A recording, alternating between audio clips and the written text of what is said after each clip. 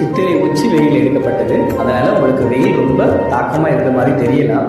ஆனா மாலை பொழுதுலையும் June July மாதங்களிலேயும் குற்றால season வரும்பொழுது இங்க வந்து தென்றல் காற்று அப்படி இருக்கும்.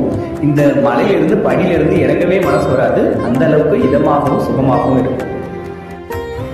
படிக்கட்டுகள்ல மேலே ஏறுகிற வழியில் அங்கே இங்க உங்களுக்கு இலைப்பாறுதல் மண்டபங்கள் இருக்குது. அதனால எந்த ஒரு பயணசும் இல்லாமல் நம்ம அந்த மலையில ஏற முடியும்.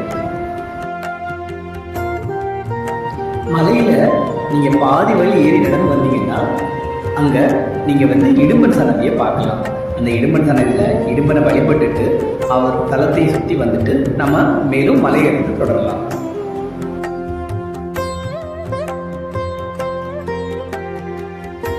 இந்த தலம் ஒரு விசாக நட்சத்திர தலம். விசாக நட்சத்திரத்துல இருக்கிற பக்தர்கள் கண்டிப்பா வழிபட வேண்டிய முக்கியமான தலம் இது. இங்க வைகாசி விசாகம்